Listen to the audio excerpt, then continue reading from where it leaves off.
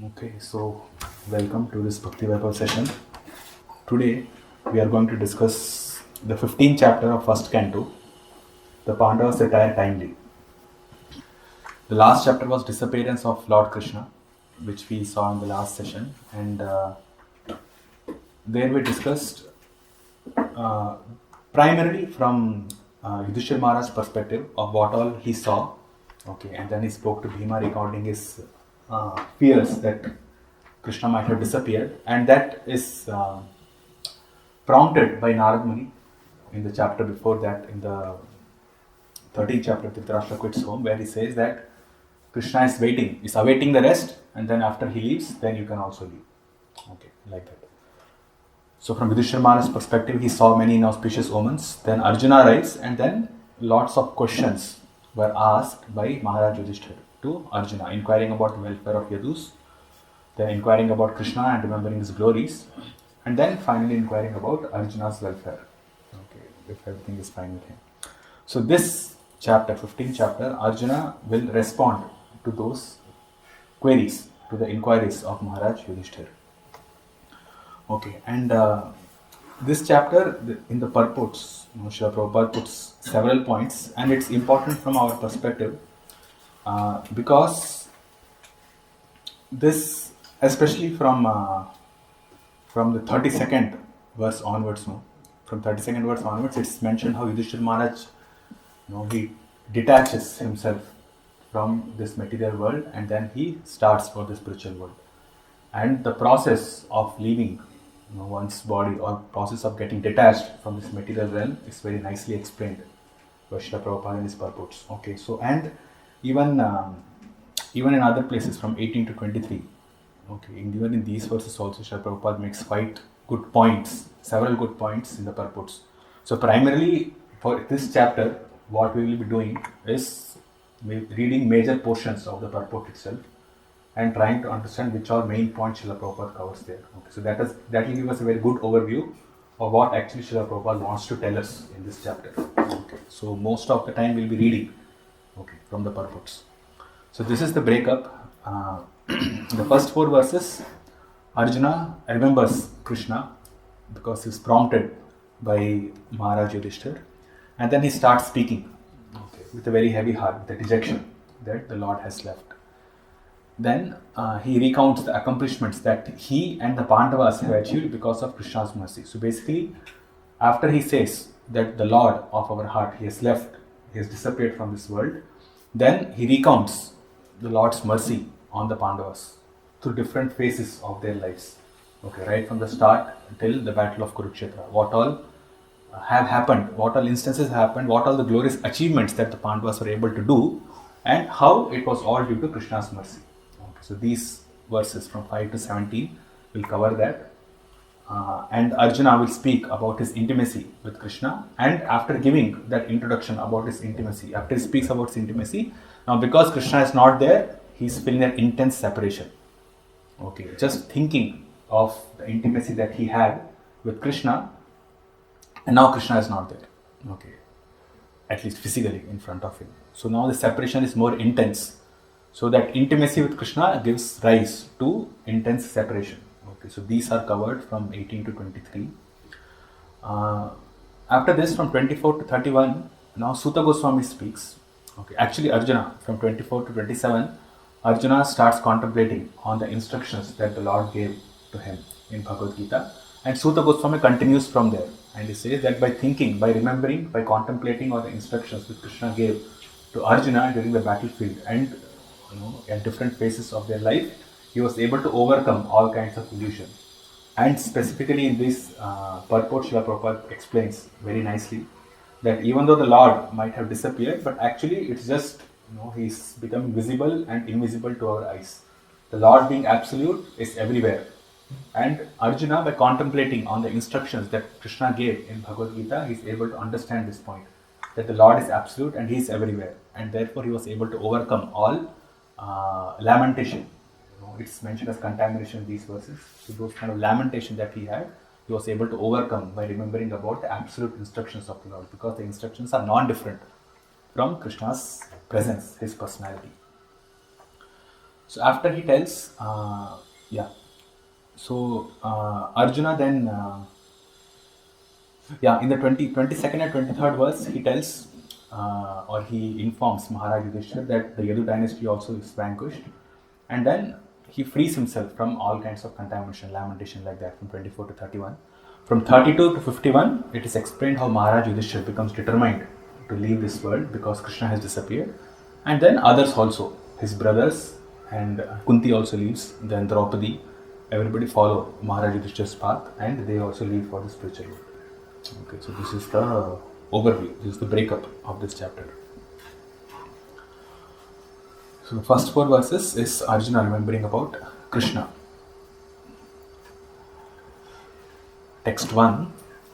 Suta Goswami said, Arjuna, the celebrated friend of Lord Krishna, was grief-stricken because of his strong feeling of separation from Krishna, over and above all Maharaj Yudhishthir's speculative inquiries. So Prabhupada writes that being too much aggrieved, Arjuna practically became choked up, and therefore it was not possible for him to reply properly to the various speculative inquiries of Maharaj Yudhishthir. Yeah, and Vishnu Chakravarti Thakur also comments, he says, Arjuna became the object of doubt for the king.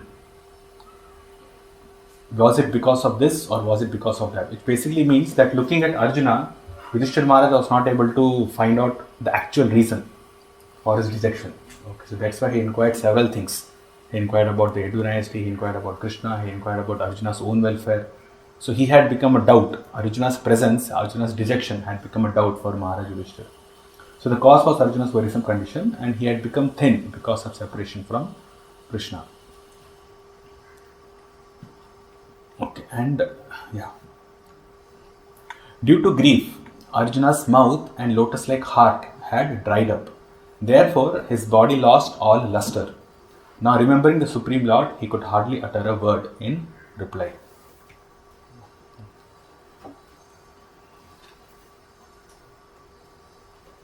With great difficulty, he checked the tears of grief that smeared his eyes. He was very distressed because Lord Krishna was out of his sight and he increasingly felt affection for him. Remembering Lord Krishna and his well-wishes, benefactions, intimate familiar relations and his chariot driving, Arjuna, overwhelmed and breathing very heavily, began to speak.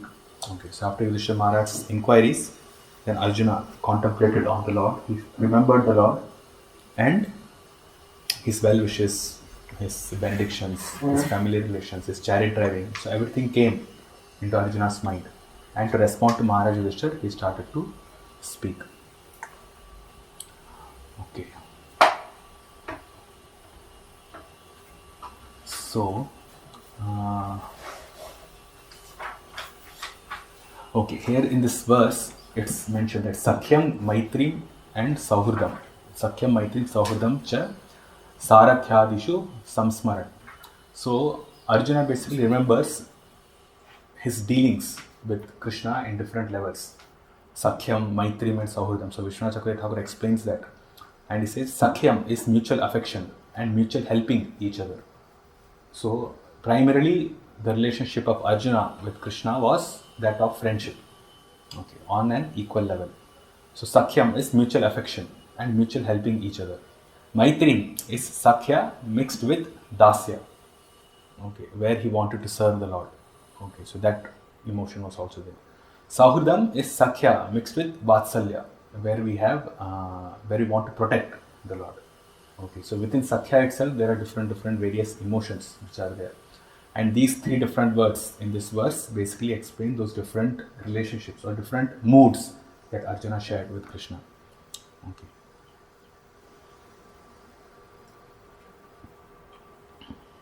So Srila Prabhupada also explains this.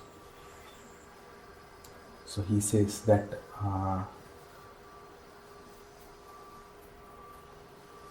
Lord's dealings with Arjuna displays of friendship of the highest perfect order. So he was not only a well-wisher, so there was well-wisher of Arjuna, but actually a benefactor. And to make it still more perfect, the Lord tied him into a family relationship. Okay, this is how Srila Prabhupada, he gives the definition of these 3 words. Sakhyam, Maitrim and Sauhridam. Okay. As well-wisher, benefactor and family having family relationship by arranging Subhadra's marriage with Arjuna. So Arjuna remembered all these things, and thus he became overwhelmed with thoughts. And then he replies to Maharaj Yudhishthira. He says, Arjuna said, O king, the supreme personality of Godhead Hari, who treated me exactly like an intimate friend, has left me alone. Thus, my astounding power, which astonished even the demigods, is no longer with me. Okay. And Srila Prabhupada explains that all the power and opulence that any living entity, not only pure devotees, but any living entity, is only bestowed by the Lord. Okay, so therefore, no one can claim to be independently powerful without being endowed by the Lord. So this is what he's explaining here. Yeah, the lesson is therefore that no one should be puffed up for his powers borrowed from the Lord. The sane man should rather feel obliged to the Lord for such benefactions and must utilize such power for the service of the Lord. Such power can be withdrawn at any time by the Lord, so the best use of such power and opulence is to engage them in the service of the Lord. If we see, if we see in our daily life, okay, different people have different capabilities, okay, and all those capabilities that a person has, maybe devotees or non-devotees, is bestowed upon them only by the mercy of the Supreme Lord. Okay, all opulence and all power, or whatever glorious we see, in 10th chapter Bhagavad Gita, Krishna says, whatever glorious or whatever wonderful we see within this material world is just a spark of his splendor. Right? Ekam Shena Sthito Jagat. Right? That's the words. Yes. So it's not only for this material nature, but even for all the living entities, or all living entities actually, animals, human beings, they all have specific potencies. Okay, and all those potencies come only from Krishna. Okay, and if he wants, he can withdraw all this potency whenever he likes. So some person might be rich, some person might be very intelligent, some person might be very body strong. Okay, so all those things are the powers which are bestowed by the Lord. And normally we see that these are not naturally given. Okay, when a person is pious. Okay, if a person is pious, if he's followed dharma properly in his previous life or in this life, he automatically attains such powers. Correct? Because of his pious activities, he gets pious reactions for that. Like this. So a person automatically attains. But these power, it does not mean that these powers are because of his pious activities, but rather because he has followed something which the Supreme Lord has given. Okay, the pious activities means what? He has followed his dharma properly, and dharma is given by the Supreme Lord himself. So because he has followed dharma, therefore he becomes qualified to attain those opulences or powers, whatever it may be. Okay, but everything that comes, it comes only from the Supreme Lord. So such power. So one should understand, the sane man should understand that all his opulences, or all the powers, or all the strength that he has, whatever he has attained, or whatever he has, whatever qualities he has, all those qualities are bestowed upon him only by the Supreme Lord. Okay, he should have that understanding, and he should utilize such power for the service of the Lord. Okay. Such power can be withdrawn at any time by the Lord. So the best use of such power and opulence is to engage them in the service of the Lord. Because if he engages the power and opulence only for himself, he becomes entangled within this material world.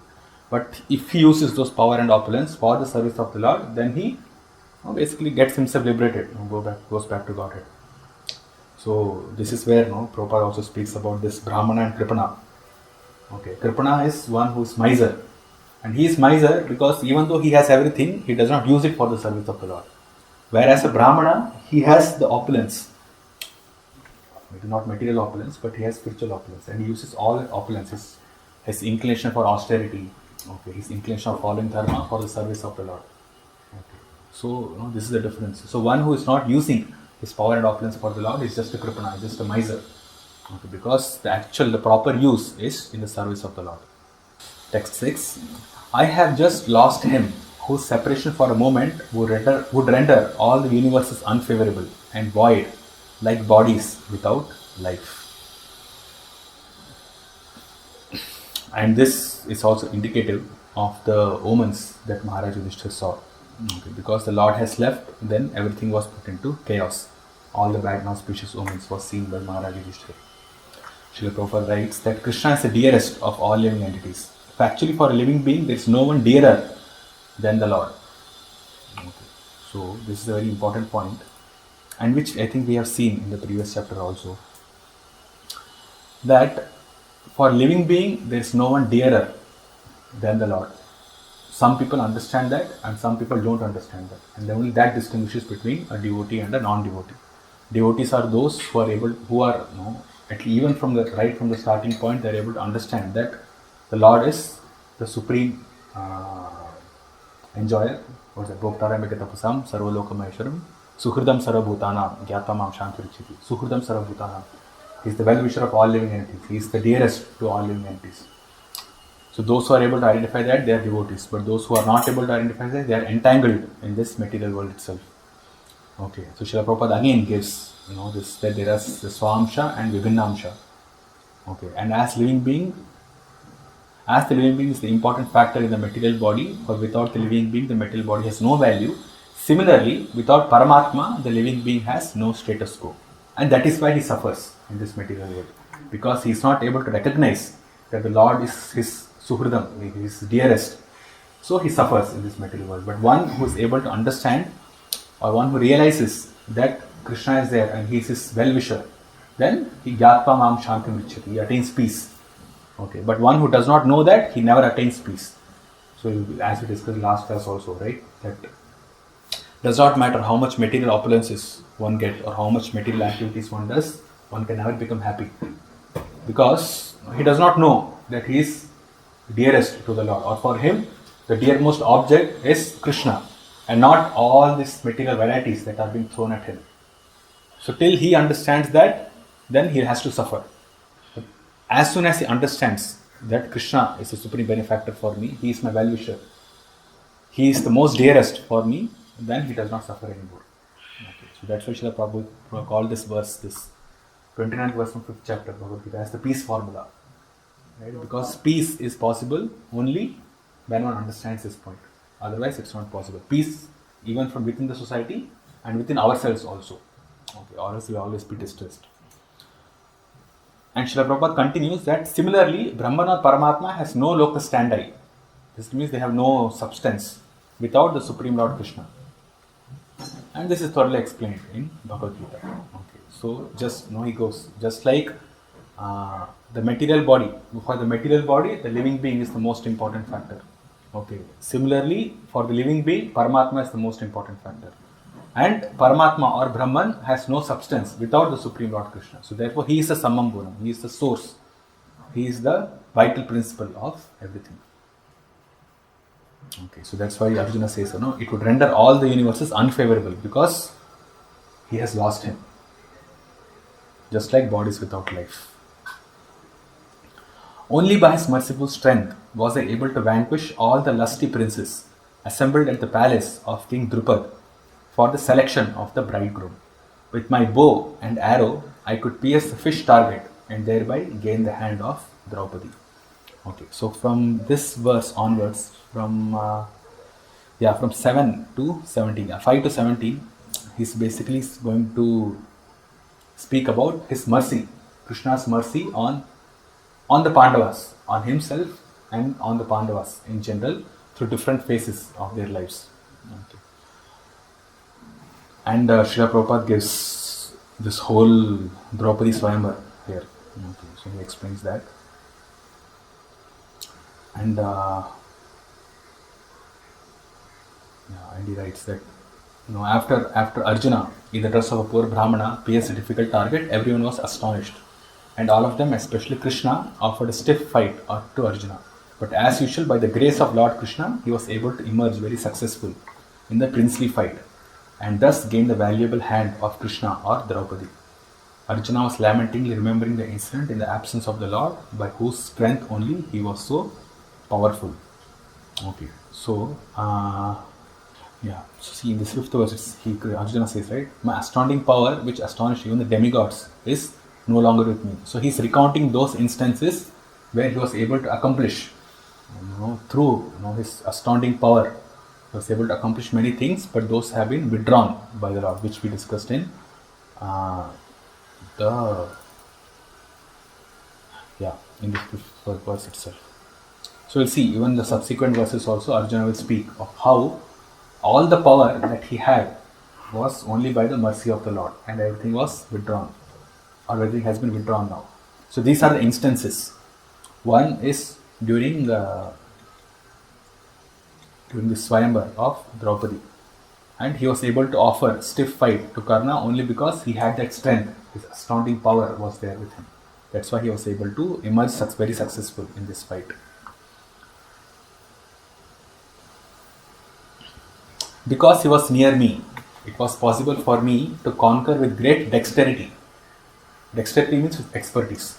The powerful king of heaven, Indradev, along with his demigod associates, and thus enable the fire god to devastate the Khandava forest.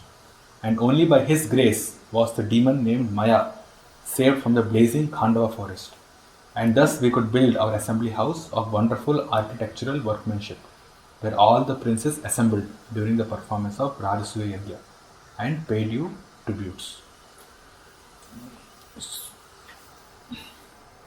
Yeah, so now he's speaking about the burning of Khandava forest, where he was able to counteract Indradev along with his demigod associates. So, in fact, all the demigods came. Mahabharata is explained that all the demigods came, and Arjuna, through his arrows, Indra was trying to shower rain over this whole big area of Khandava forest, and Arjuna, by his arrows, created an umbrella, and not in one single drop of water could pierce through that arrow, through this umbrella of arrows, and enter inside the forest. So he had that astounding power. Okay, and Krishna was his charioteer at that time. So all that was possible. Now he's contemplating, he's remembering that all those things, all these great pastimes that we had together, all that, and there are so many great accomplishments which I had, and especially in Mahabharata, it's very, each and every place it's very prominently mentioned that of the Pandavas, Arjuna was the most powerful, and his glories, his glories come at almost every, so many places in Mahabharata. Okay, very prominently he's mentioned. But the perspective is that Arjuna had these powers only because Krishna was there with him. Okay. And when Krishna left, then those powers also left him. And only by his grace was the demon Maya saved from the blazing Khandava forest. So actually, during this burning of Khandava forest, Krishna wanted to kill this Maya. But then, and Agni also wanted to kill Maya. Okay. But then Maya was very intelligent. So he took shelter of the devotee of Krishna, Arjuna. And by that he was saved. Okay. And Krishna also became pleased with Maya taking shelter of his devotee. I think Prabhupada explains that in the purport. Yeah, it's there in this purport itself. So he says, the devotees are therefore more merciful than the Lord. And in devotional service, the mercy of a devotee is more valuable than the mercy of the Lord. Both the fire and the Lord ceased from chasing the demon as soon as both of them saw that the demon was given shelter by such a devotee as Arjuna. Lord Shri Krishna, however, being pleased with Maya for his taking shelter of a devotee, asked him to render service unto King Yudhishthira by building a wonderful assembly house. The process is that by the grace of the devotee, the mercy of the Lord is obtained, and the mercy of the Lord, a chance to serve the Lord's devotee, is obtained. Right? It's reciprocal. The process is that by the grace of the devotee, the mercy of the Lord is obtained, and by the mercy of the Lord, a chance to serve the Lord's devotee is obtained. Okay, so both are there. Okay, both is required. So Srila Prabhupada also speaks about this materialistic powers only create disturbance. In case of the Pandavas, it was proper because Krishna engaged Maya in service of his devotees. Okay, but the modern demons are the harmful material scientists who create some material wonders for disturbance in the society. Yeah. So he gives that point also. So Srila Prabhupada never misses an opportunity to condemn these material scientists for what they are doing. Your respectable younger brother, who possesses the strength of 10,000 elephants, killed by his grace Jarasandha, whose feet was worshipped by many kings. These kings had been brought for sacrifice in Jarasandha's Mahabhairava Yajna, but they were thus released. Later they paid tribute to your majesty. Okay, Srila Prabhupada speaks about Jarasandha. Okay, so you can just read this. Yeah, this purport is straightforward. So he's basically giving the history, the life of Jarasandha. Okay, and how he is born as one of the part and parcels of the demon Viprachiti. So different demons or different people whom the Pandavas killed during the course of their life in Mahabharata, it's explained that they were amshas of the demons. Actually, I think in Anukarmanika Upaparva, in Adi Parva in Mahabharata, it's mentioned that there was a great fight, as usual, between the demigods and the demons.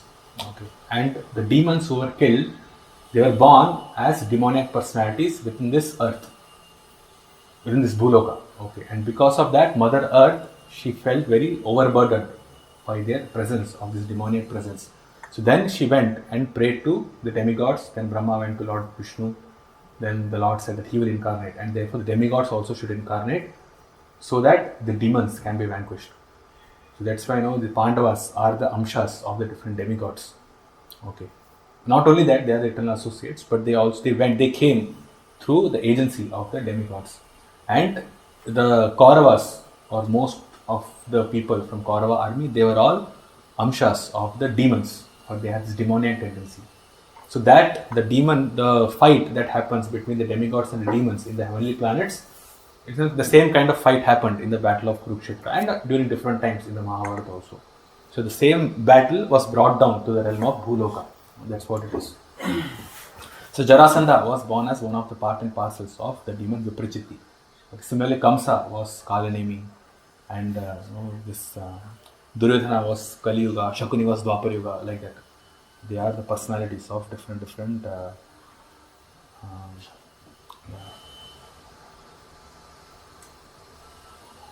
Okay, but one good quality that Jarasandha had was that he never refused charity to any Brahmana.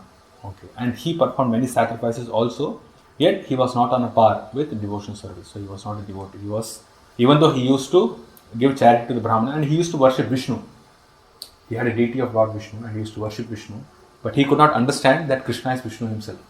Okay, so he saw Krishna as his enemy. Okay. Yeah, so I can just read this. Did you read this chapter? You're not able to. Okay. Yeah, you should try to read. That way you'll be able to connect what we're speaking. Or else, it's been what? How many days or months you have read this chapter? No, I'm asking how many days before you read this. When did you read Bhagavatam? This is 1 year back. Okay. Yeah, then you will not remember these things. Anyways, let's see. Yeah, text 10. It was he only who loosened the hair of all the wives of the miscreants who dared open the cluster of their queen's hair, which had been nicely dressed and sanctified for the great Rajasuya sacrificial ceremony. At that time, she fell down at the feet of Lord Krishna with tears in her eyes. Okay, so there Srila Prabhupada explains about Queen Draupadi had a beautiful bunch of hair, and actually Mahabharata explains quite elaborately how Draupadi's hair was the most beautiful. She had very long hair, and her hair was not black; it had a bluish tinge. Okay, and because Draupadi was also, she's also called Krishna because he had this darkish complexion.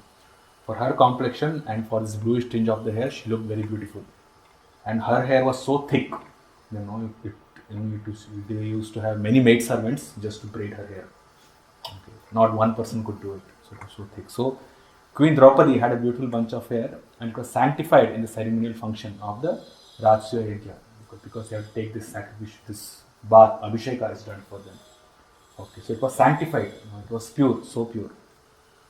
But by the instigation of Karna, Dushasana dragged her into the assembly hall with this bunch of hairs, through the bunch of hairs. And all the wives, the result was all the wives of the Kuru family became widows because of Dushasana's insulting a great devotee of the Lord. Okay. All the wives of the family were obliged to loosen their hair as widow because Dushasana did that.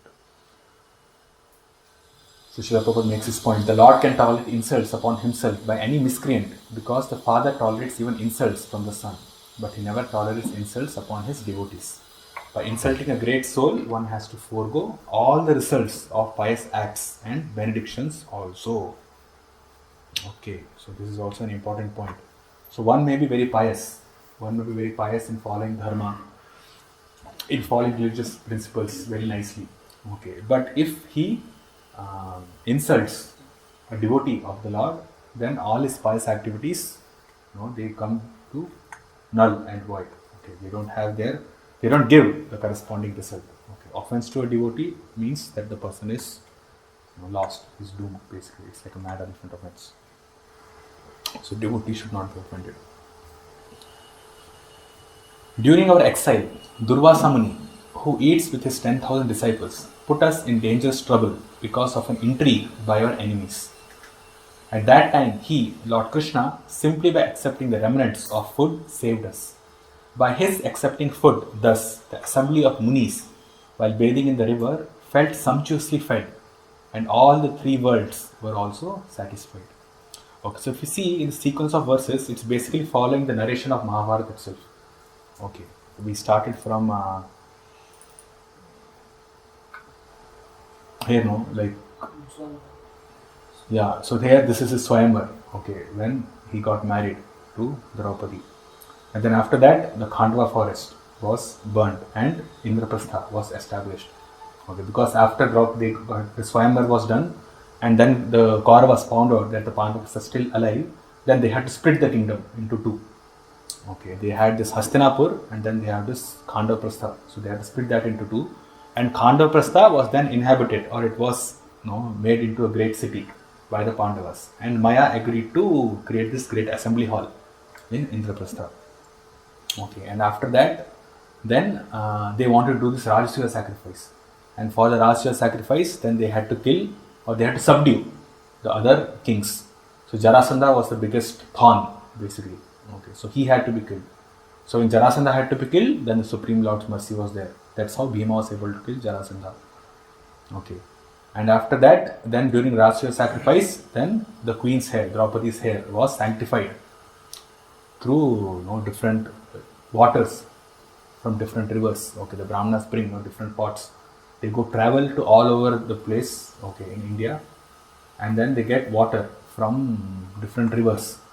So when Abhisheka is done during the sacrificial ceremonies, or during the sacrifices of Rajasuya and Ashwamedha, then water from different rivers is brought, and then Abhisheka is done for the benefactor. Okay, so Queen Draupadi's hair was bathed with all the different sacred rivers. Okay, so that's how it was sanctified. So Rajasuya sacrifice happened. Okay, and then the gambling match happened when they were asked to come and gamble, and that time she was dragged into the assembly hall and she surrendered unto the Lord, and because of the Lord she was saved.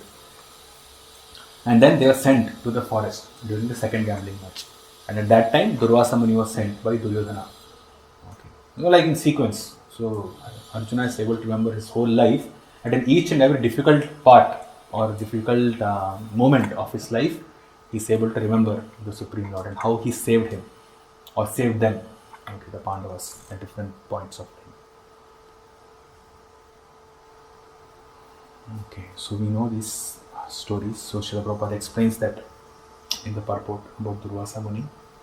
And just like Lord Shiva, he says that Durvasa Muni could be easily satisfied and easily annoyed also. So he was easily satisfied with Kunti. Okay, and there are several instances when he was easily dissatisfied also. And one is when he had a quarrel with Maharaj Ambarish. So when the devotees, Srila Prabhupada makes his point that when the devotees are put into difficulty, they have an opportunity to recollect the Lord with rapt attention. So Draupadi was thinking of Lord Krishna in that dangerous position, and the all-pervading Lord could at once know the dangerous position of his devotees.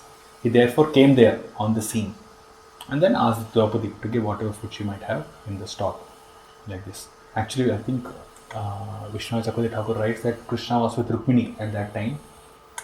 And when Draupadi thought about Krishna, then he immediately left Rukmini's association and then came to meet Draupadi, like this. Yeah, and conclusively, this is Durvasa Muni's case, this is Durvasa Muni's case, yes. But No, That time he not was Vasant. fighting with Shalya. Yes, that time I was fighting Shalya. Yes. So this actually comes in Vanaparva. He says that because I was fighting Shalya, I was not even aware what was happening. Okay. He says that, but obviously he knew. Yeah. So this is when during Durvasa Muni's case. So Srila Sakri Thakur explains. So Srila Prabhupada concludes and he says, this incident proves that the Lord is the greatest mystic and therefore he is known as Yogeshwara.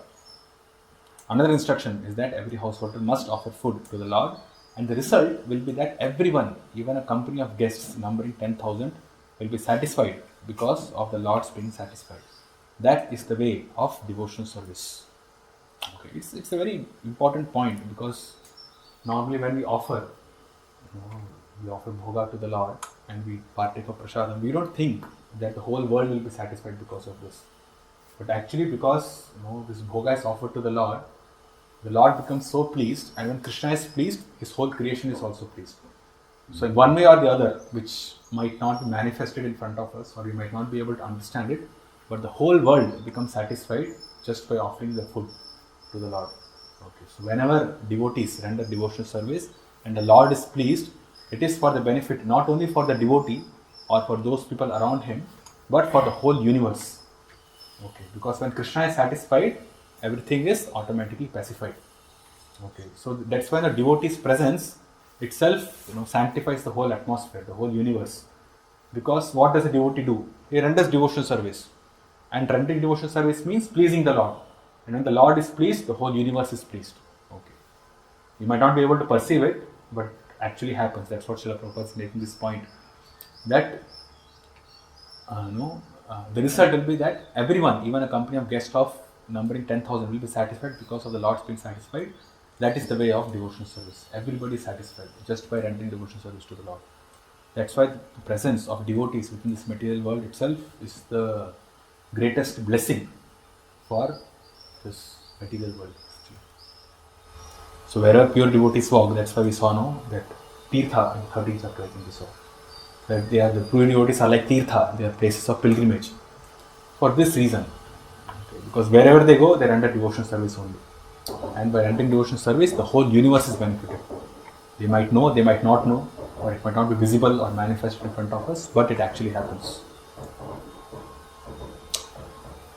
So Arjuna continues, it was by his influence only that in a fight I was able to astonish the personality of God, Lord Shiva, and his wife, the daughter of Mount Himalaya. Thus he, Lord Shiva, became pleased with me and awarded me his own weapon. Other demigods also delivered their respective weapons to me. And in addition, I was able to reach the heavenly planets in this present body and was allowed a half-elevated seat. Asana Ardham. So this is when Arjuna went to the heavenly planets for this 5 to 6 years. So Srila Prabhupada makes a couple of points here.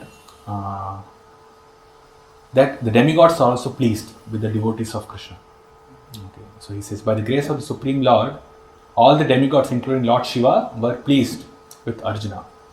Okay. But the idea is that one who is favored by Lord Shiva or any other demigod may not necessarily be favored by the Supreme Lord Shri Krishna.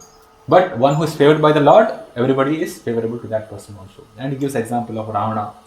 Okay, how he was a great devotee of Lord Shiva, but he had to experience the wrath of Lord Ramachandra. The devotees of the Supreme Lord know how to respect the demigods.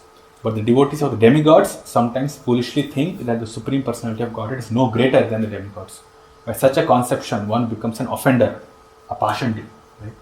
And ultimately meets with the same end as Ravana and others. Okay, so this is also an important point. Srila Prabhupada makes this point that the devotees of the demigods who think that Krishna is no greater than other demigods, they are also vanquished, just like Ravana and others. Okay, so it's a great offense.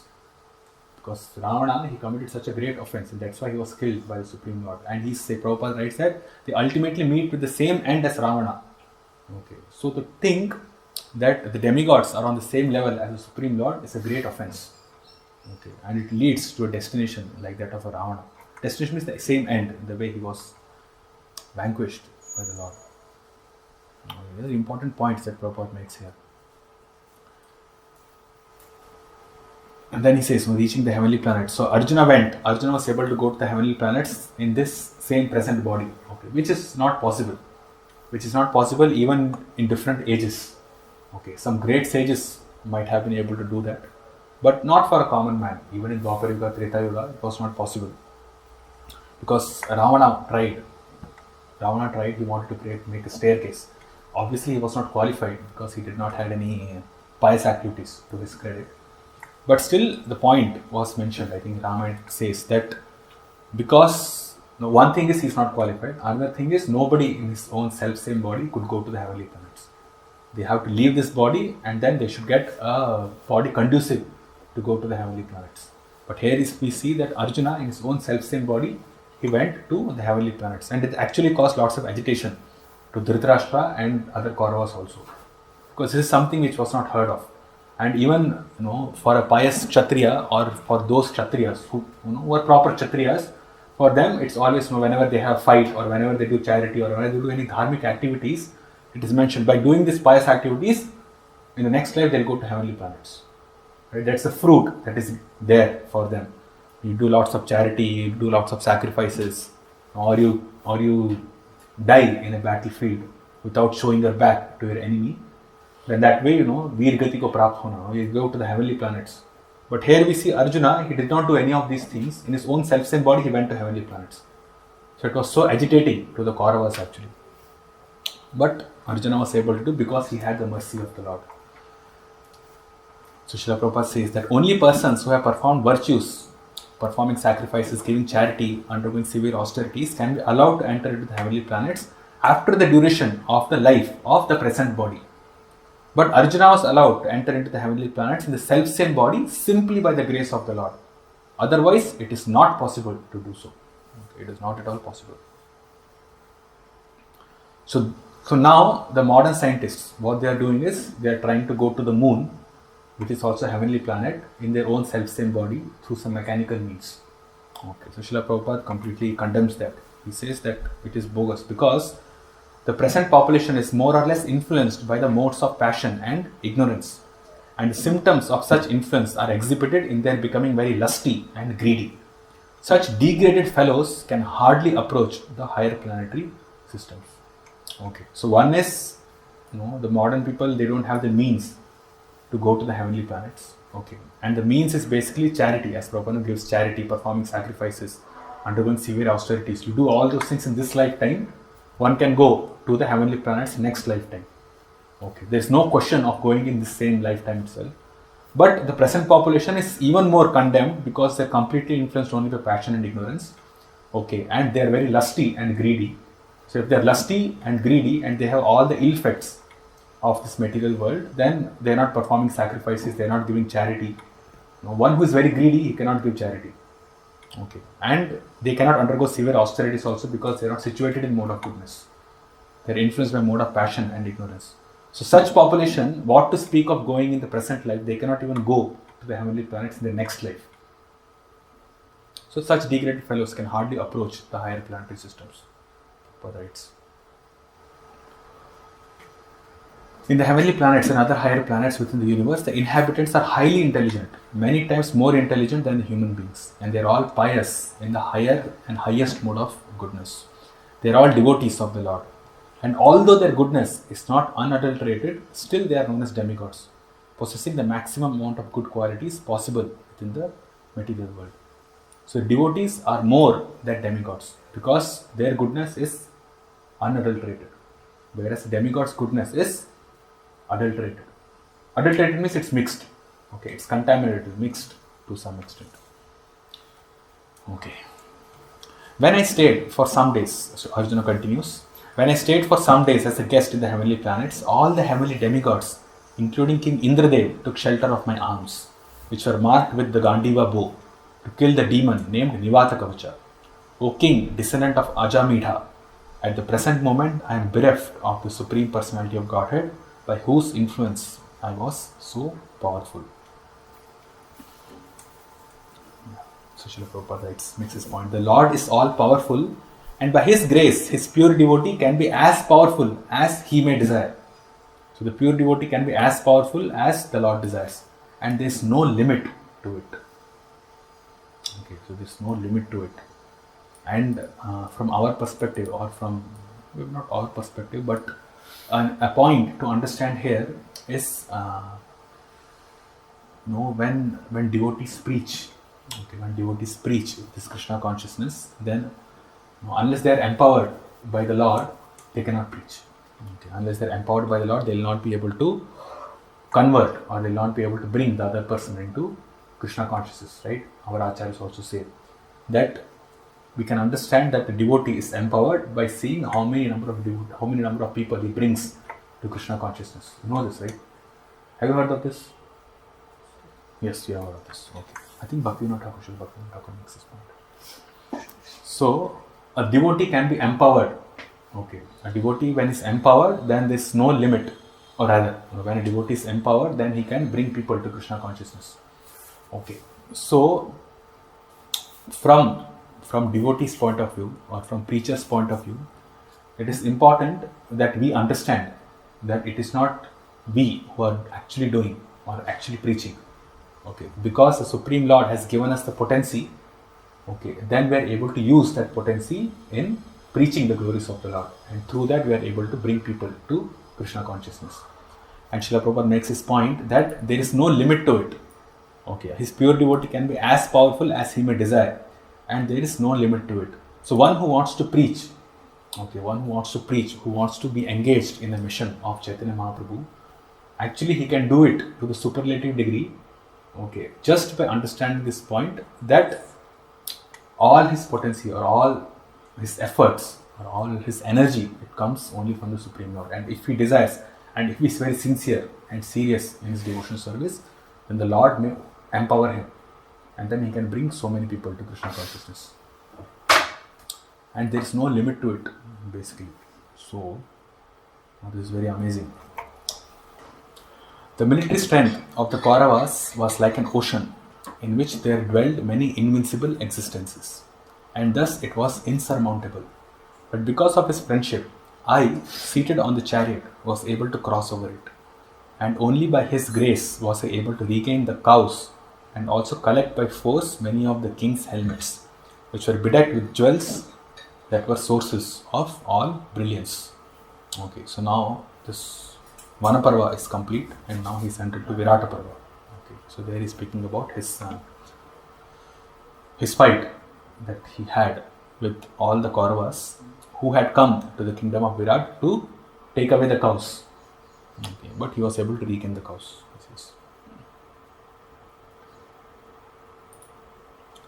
So Arjuna, sitting on the chariot, could manage to vanquish them one after another without difficulty, because he was alone in that time. Right? What Susharma had attacked on the other side. So the Virat king and Bhima and Nakula and Sahadev, they all went to fight on that side, and the Kauravas attacked on the other side. And so Uttar Kumar was given the responsibility to defend, and Arjuna went along with him. He was Brihanala at that time. So Arjuna was alone, and alone himself he was able to defeat the great commanders like Bhishma, Drona, Kripa and Karna. And it's actually not possible. Okay, only because Krishna had empowered Arjuna with this potency, therefore he was able to overcome all of these great personalities. Otherwise it was impossible. And Srila Prabhupada also makes this point in the last chapter, that when Yudhishthira Maharaj was inquiring to Arjuna that whether you have been defeated by someone who is inferior to you, and Srila Prabhupada makes this point in purport that Bhishma is superior, much superior to Arjuna in terms of age, in terms of skill, in terms of strength, like this. But still, he was able to overpower them by the mercy of the Lord. So same point is made here also. That it's not only Bhishma, all of them are fighting together at the same time with Arjuna, Bhishma, Drona, Kripa and Karna. But still he was able to overcome them. Arjuna remembered that all this was possible only by the grace of the Lord. Text 15.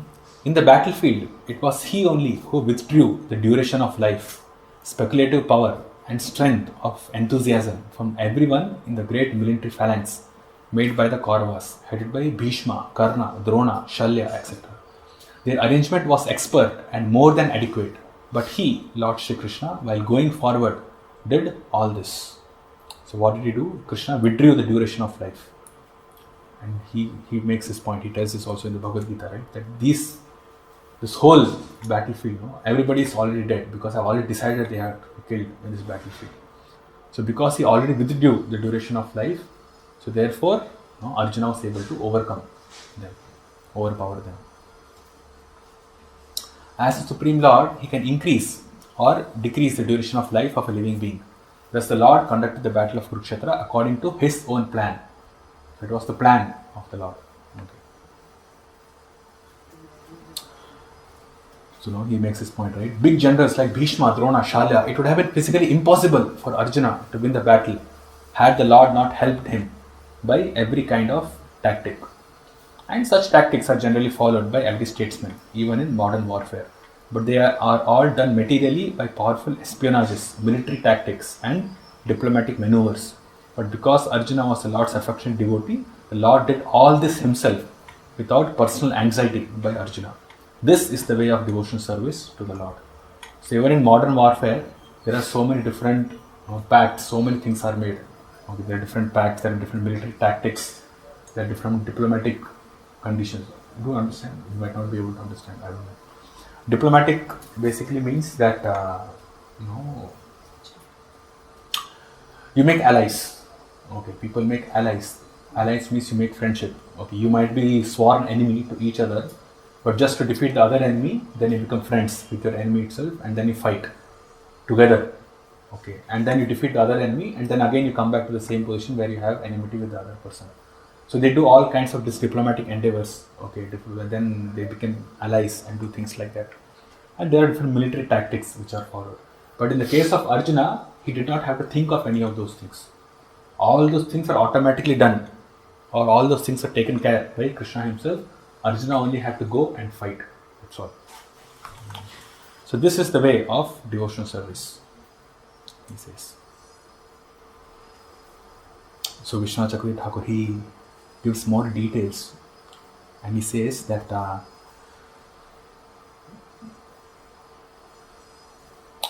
he was situated in front of me as a driver. By his inconceivable influence, he took away their prarabdha karmas, ayus.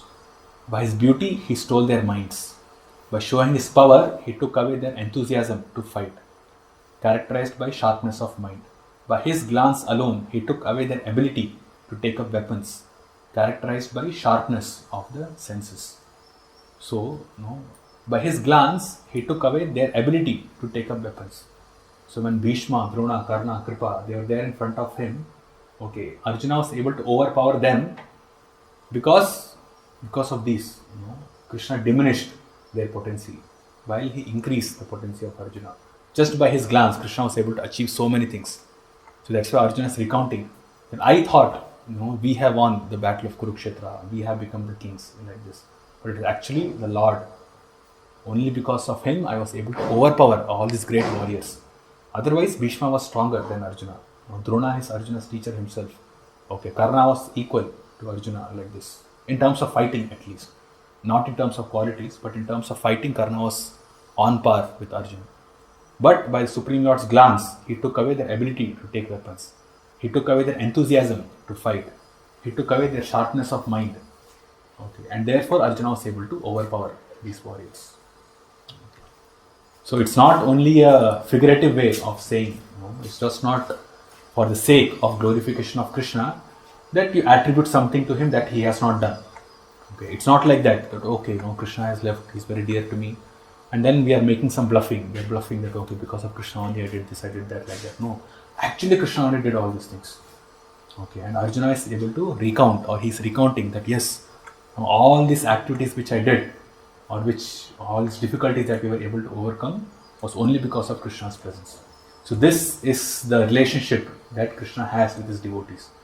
Okay, and we also saw that the devotees might not be able to understand that because they are covered by the internal potency of the Lord. Okay, they might be covered by in terms of the queens. The queens thought that Krishna is their handpicked husband because they are covered by the by the internal potency of the Lord. Okay, illusion, but under the internal potency of the Lord. So the devotees might not be able to understand, but Krishna is so affectionate to his devotees that whatever the devotee desires, Krishna will accomplish that, okay, without them even knowing. And now Arjuna is able to recount all those things. That okay, no, all these things that we did was because of Krishna's mercy. He was there. His presence is what made everything possible. Okay, so it was he only who carried out all these activities. So this basically, it's increasing the intensity of Arjuna's devotion to Krishna. And because Krishna has disappeared, now his lamentation is also increasing correspondingly. Okay, because the Lord did so much for me, and I could not acknowledge that. It will come actually when we speak about the intimacy with Krishna. Arjuna will speak how intimate he was with Krishna, and even in Bhagavad Gita he says, right, that he was so intimate that he could not, he thought that he is his friend or he is inferior to him, like that. So we are the emperors. I am Arjuna. We are the emperors, but Yadu, they are under our, they are under us. They are under the Hastinapur king. So he is inferior to me, like that. But then it's not like that. Okay. So Arjuna had. So when he's recounting all these things, then he's able to understand that actually Krishna is the one who did everything. He was the one who has basically taken control of their lives, you can say. Pandavas' lives were controlled or fully protected or fully sheltered by Krishna. And this is what these verses are so special in that way, because they are recounting Arjuna's realization of that special protection that Krishna gave to the Pandavas throughout their lives. Very important verses, very nice. Great generals like Bhishma, Drona, Karna, Bhurishrava, Susharma, Shalya, Jayadratha and Bahalik all directed their invincible weapons against me. But by his, Lord Krishna's grace, they could not even touch a hair on my head. Just as the demons could not affect Prahlad Maharaj, the supreme devotee of Lord Nrsimhadev, with the weapons they used against him. Right? We know Prahlad Maharaj, even though was put under so many difficulties, they could not even do one single damage to Prahlad Maharaj. So similarly, Arjuna was also protected, he recounts.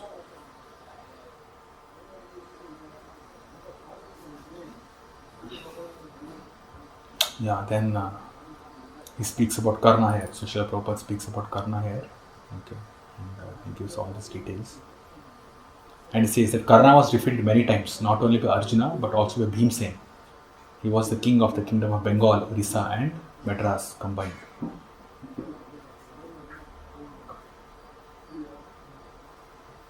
Yeah, and then he tells about Bhurishrava and Susharma, then Jayadratha. Yeah, so you can read these purports. These are all the stories of Mahabharata. Okay, so Prabhupada gives very nicely some very good understanding actually, because in this few paragraphs he basically gives the whole story of their life. So very nice to read.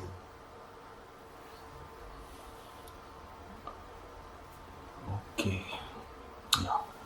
It was by his mercy only that my enemies neglected to kill me when I descended from my chariot to get water for my thirsty horses. And it was due to my lack of esteem for my Lord that I dared engage him as my chariot driver. For he is worshipped and offered services by the best men to attain salvation.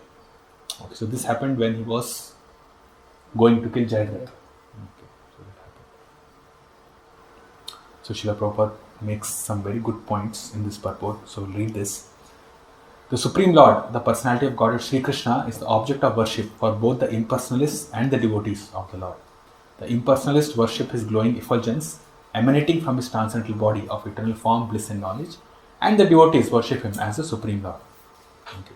But he gives the distinction. He says, the Lord, however, descends to attract all by his specific transcendental pastimes, and thus he plays the part of the most perfect master, friend, son and lover. Now, this is an important point, because everybody in this material world, in their relationships, they're always looking for perfection. Okay. People look for perfection in their relationships. In their relationship with their mother and father, and especially in their relationship with their husband or with their wives. And that's why they have this whole, or with their business partners, with their friends. The whole idea is to whom they can associate with, so that it increases their satisfaction and happiness. So people are searching for perfection, okay, within their relationships. But because each person has himself as a center, has his own enjoyment, has his own lording it over the material nature as his center. So therefore, they'll never be able to have perfect relationships within this material world. It is not possible. Okay, but this perfect relationship is exhibited by the Lord in connection with his devotees. So through that, he attracts all the conditioned living entities that you are searching for perfect relationship, and that relationship is possible only with me. When it's husband and wife, okay, they're searching for perfect relationship, but you see the relationship that the queens had with the Lord. That is perfect. You want perfect friendship? See the friendship that Arjuna and Krishna had. Okay. You want perfect Vatsalya? You see how the son, Krishna and Yashoda, how they interacted. So all these different pastimes which are mentioned in Srimad Bhagavatam, they're basically different relationships that Krishna had with his devotees. And by seeing these relationships, one becomes attracted to them because they are all perfect. Whereas in this material world, none of the relationships are perfect. Everything is contaminated. Okay, so that's how the pastimes attracts everybody. So these things, this Shastra, especially Srimad Bhagavatam, when it's distributed to people and people read this, then they might not be consciously able to appreciate or do the analysis that these are the different relationships.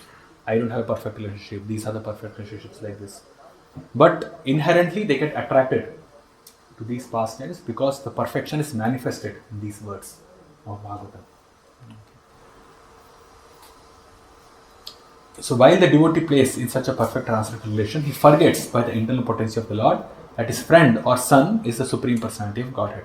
Although sometimes the devotee is bewildered by the acts of the Lord. Okay. So they forget. Similarly, just like Yashoda, she was also bewildered, but Krishna showed the whole universe within his mouth. She was bewildered. But then again, she was covered.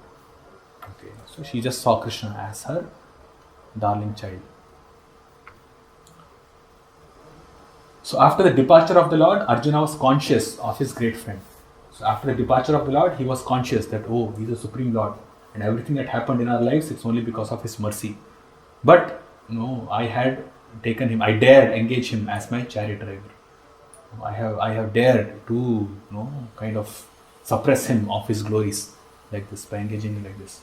But Srila Prabhupada makes this point that there was no mistake on the part of Arjuna, nor any ill estimation of the Lord, because they were playing this pastime of the Supreme Lord and devotee, and the relationship was cherishable for the Lord. So therefore there is no mistake on the part of Arjuna, and neither any ill estimation of the Lord, because the Lord desired it that Arjuna play this role of a devotee like this. It was Krishna's desire. It's not that because Arjuna did it, Krishna was displeased by him. Krishna was completely pleased with the way Arjuna, he was interacting with him. Yeah, then he spoke about this boring the ground for water. So, great generals like Arjuna could once supply water even to horses, and what to speak of men, by drawing the water from underneath the hard ground simply by penetrating a stratum with a sharp arrow. But now if we have to bore the ground, it's a huge machinery that we have to use. Okay. So Srila Vishwanath Thakur makes a couple of points. So we'll do this and then we can take a break. Okay, it's already getting a bit late. Remembering Krishna's powers in separation, Arjuna's Dasya Bhava appeared. This caused his natural Sakhya Bhava to recede.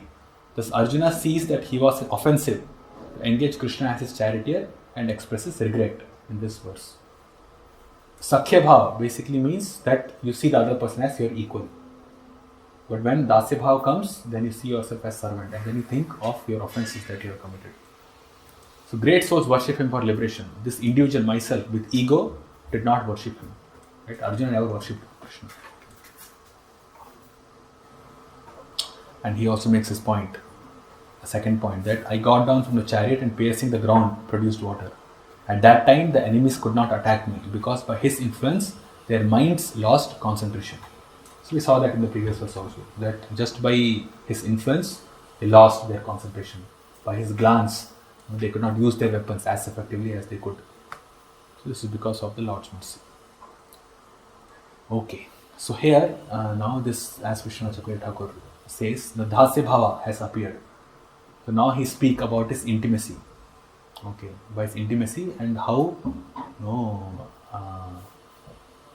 it was not proper. Okay, that kind of mode Arjuna has. So that is from 18th till 18th and 19th specifically, and from 20 onwards he will speak directly to Yudhishthira, answering his inquiries from 20 to 23. So a kind of introduction was given in the 17th verse, where till this point Arjuna was speaking about how the Lord, or how the Lord was there protecting him and nourishing him through his whole life. And now, but due to lack of esteem, my lack of esteem for my Lord, that I dared engage him as my chariot driver. Okay. So that prompts him to think about his intimate moments with Krishna. So he continues in the 18th text and he says, "O king, his jokes and frank talks were pleasing and beautifully decorated with smiles. And he would address me, 'O son of Pritha, O friend, O son of the Kuru dynasty, all such hearty dealings are now remembered by me, and thus I am overwhelmed.'" So, recounting his whatever Krishna has done for the Pandavas, and then also thinking that he used to joke with Arjuna, joke with him, and then he used to speak frankly with him. He used to smile at him. He used to address him as Partha, O Sakha, O son of Kuru dynasty, Kuru Nandana, like this. So even though he has done so much for me, but still he was so affectionate towards me. And he used to talk with me, he used to joke with me, he used to address me like this, as if I am someone who is very intimate with him. So after recounting all these things, then he's thinking about this intimacy with Krishna, and that basically overwhelmed Arjuna. He's not able to control himself because of this. Generally, is it audible? Yes. Okay. Generally, both of us used to live together and sleep, sit, and loiter together. And at the time of advertising oneself for acts of chivalry, sometimes, if there were any irregularity, I used to reproach him by saying, "My friend, you are very truthful." Even in those hours when his value was minimized, he, being the Supreme Soul, used to tolerate all those utterings of mine, excusing me exactly as a true friend excuses his true friend, or a father excuses his son.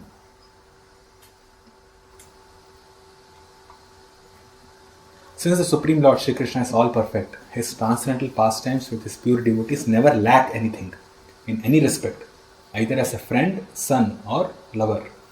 Right? The pastimes are perfect, as we discussed. The Lord relishes the reproaches of friends, parents, and fiancés more than the Vedic hymns offered to him by great learned scholars and religionists in an official fashion. This proves that Krishna desires love and affection from his devotees. Not some scholarship or official awe and reverence. O Emperor, now I am separated from my friend and dearmost well-wisher, the Supreme Personality of Godhead, and therefore my heart appears to be void of everything. In his absence, I have been defeated by a number of infidel cowherd men, while I was guarding the bodies of all the wives of Krishna. So now from this verse 20 to 23, I think. 20 to 23, he will speak about the disappearance of the Lord and the Yadu dynasty.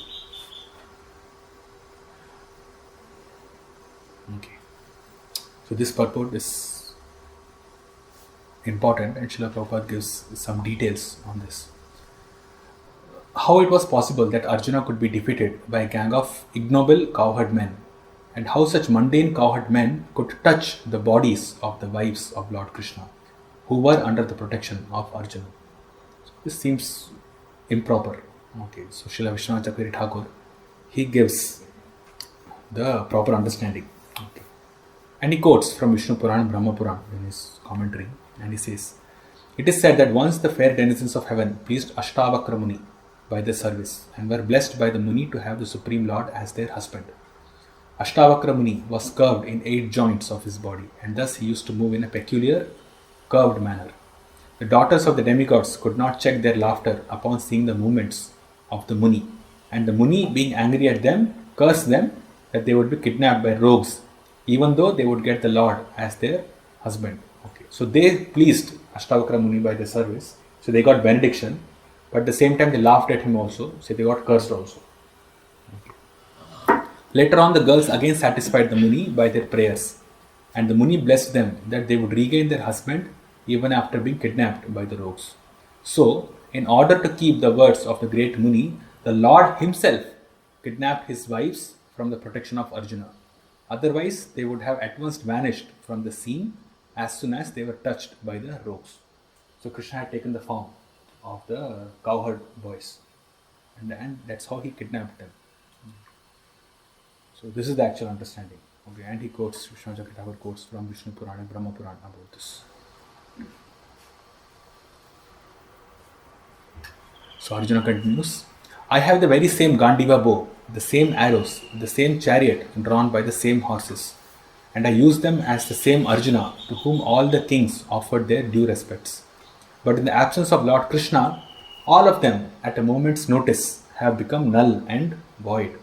It is exactly like offering clarified butter into ashes, accumulating money with a magic wand, or sowing seeds in barren land. It basically means they might have these possessions. You might have clarified butter, but if there's no fire, how can you offer it? Okay, it's like offering the butter into ashes. Accumulating money with a magic wand. Srila Prabhupada explains it here, I think. That with magic, okay, one can create many illusions. Okay, and one can create even money also. But that money has no value, okay, because it's just an illusion. And sowing seeds in a barren land. So even if you sow seeds into a barren land, no fruit will come or no plant will come. Okay, so whatever positions Arjuna has now, they are all useless because the Supreme Lord is not there anymore. Krishna is absent. So even though he had the same Gandiva bow, same arrows, same chariot and same horses, and he is the same Arjuna to whom the kings used to offer respects, but because the Lord is not there, therefore these are just like clarified butter into ashes, accumulating money and illusion.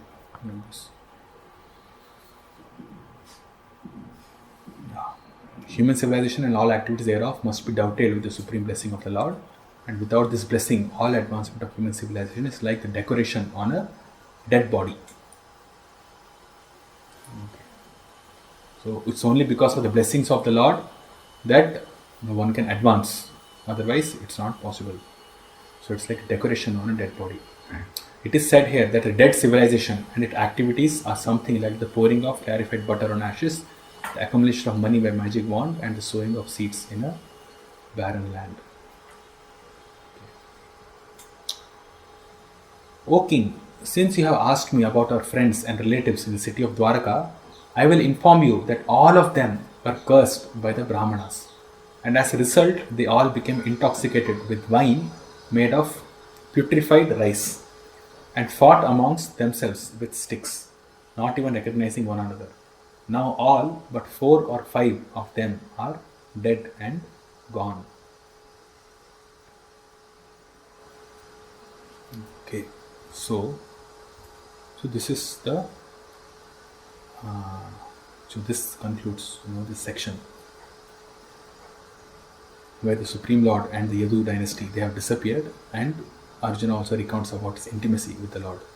So the intimacy is there, and now they are all separated. Okay, now there is separation. So from 24 to 31, Arjuna will contemplate on the instructions that he received from Krishna, and here this is where the purports are quite very good. So we will read much from the purport. So after Arjuna explains, or after Arjuna recounts everything that has happened to Maharaj Yudhishthira, then he remembers the instructions of the Lord. Okay. And he says, factually, this is all due to the supreme will of the Lord, the personality of Godhead. Sometimes people kill one another, and at other times they protect one another. So all these things that has happened, it's all because of the desire of the Lord. So Arjuna is now contemplating, or Arjuna has remembered, or the thought has come to his mind where he's able to remember the instructions which Krishna gave to him in Bhagavad Gita. Okay, so he'll basically kind of summarize all those things. So disobedience of the rules of the Lord. According to anthropologists, there is nature's law of struggle for existence and survival of the fittest. But they do not know that behind the law of nature is the supreme direction of the supreme personality of Godhead. Right? Mayadhyakshena prakriti. Whenever therefore there is peace in the world, it must be known that it is due to the goodwill of the Lord. And whenever there is upheaval in the world, it is also due to the supreme will of the Lord. So when there is peace in the world, it's because of Krishna's desire, his will. And when there is upheaval, when there are fights, it's also because of Krishna's desire. Okay, so the battle of Kurukshetra is definitely because of Krishna's desire. Even the world war that happened recently, that's also because of Krishna's desire only. And all the different different problems within this material world, they're also because of the will of the Lord. Because not a blade of grass moves without the will of the Lord. Whenever therefore there is disobedience of the established rules enacted by the Lord, there is war between men and between nations. The surest way to the path of peace, therefore, is dovetailing everything with the established rule of the Lord, following dharma. Okay, that's the established rule. So the established rule is whatever we do, whatever we eat, whatever we sacrifice, or whatever we give in charity must be done to the full satisfaction of the Lord. Yat karoshi yadashanasi yat jivosi dadasiyat yat tapasyasi kaunteya tat kurushva madarpanam. No one should do anything, eat anything, sacrifice anything, or give anything in charity against the will of the Lord. Discretion is the better part of valor, and one must learn how to discriminate between actions which may be pleasing to the Lord and those which may not be pleasing to the Lord. An action is thus judged by the Lord's pleasure or displeasure. Okay, this is a very important point.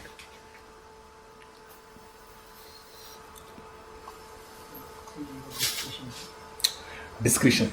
Sorry? What is in this? Discretion means to distinguish between what is right and wrong, or what is correct, what is incorrect. Discretion means distinguishing, or have the intelligence to distinguish between the good and bad, right and wrong, like this. Discrimination. Yeah, you can say discrimination, yes. Discretion means that. Just check. Yeah, these are all context based. The actual definition is this: the trait of judging wisely and objectively. That's discretion. Okay. So one must learn how to discriminate between actions which may be pleasing to the Lord and those which may not be pleasing to the Lord. An action is thus judged by the Lord's pleasure or displeasure. There is no room for personal whims. We must always be guided by the pleasure of the Lord. Right? This should be the principle in our life. We should be guided by the pleasure of the Lord. So each and every activity that we do in our life, we should think whether this is pleasing to the Lord or not. And how do we know whether something is pleasing to the Lord or not? It's there in Prabhupada's books. Okay, Srila Prabhupada explains that these are the things that should be done, these are the things should not be done. These are the kind of relationships that devotees have with the Lord, and this is how they please the Lord. So each and every aspect of our life is covered in Srila Prabhupada's translation and purports. So these should be the guiding principle, because by following what Prabhupada says, we are basically pleasing the Lord. Okay, well, that's the default. So we don't have to speculate, or we don't have to. There is no room for personal whims. We must always be guided by the pleasure of the Lord. Anything that we do, is it pleasing to Krishna or not? Krishnarte akhila cheshta. Right? Is it pleasing for the Lord? It is for the Krishna or not? Like this, we should always have this contemplation. And that contemplation itself is purifying. Okay, just to have this idea, just to have this thought that whatever I do, it should be pleasing to the Lord. It should be pleasing to Krishna. It should be favorable to Krishna. Just to have this thought, throughout our whole life itself is so purifying that it pleases the Lord. Okay, so our activities anyway are getting purified because it's being done for Krishna. Just to have this thought, because we're thinking of pleasing Krishna, it's on the absolute level.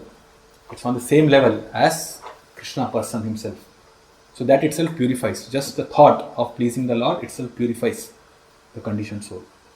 Okay, so at least we should have this thought, and then from then we should manifest that in our activities. So this is the art of doing things perfectly. To have this idea that it should be for the pleasure of the Lord, and to do the action. So the action performed which are linked with the Lord. Yoga karmasu kaushalam, it says.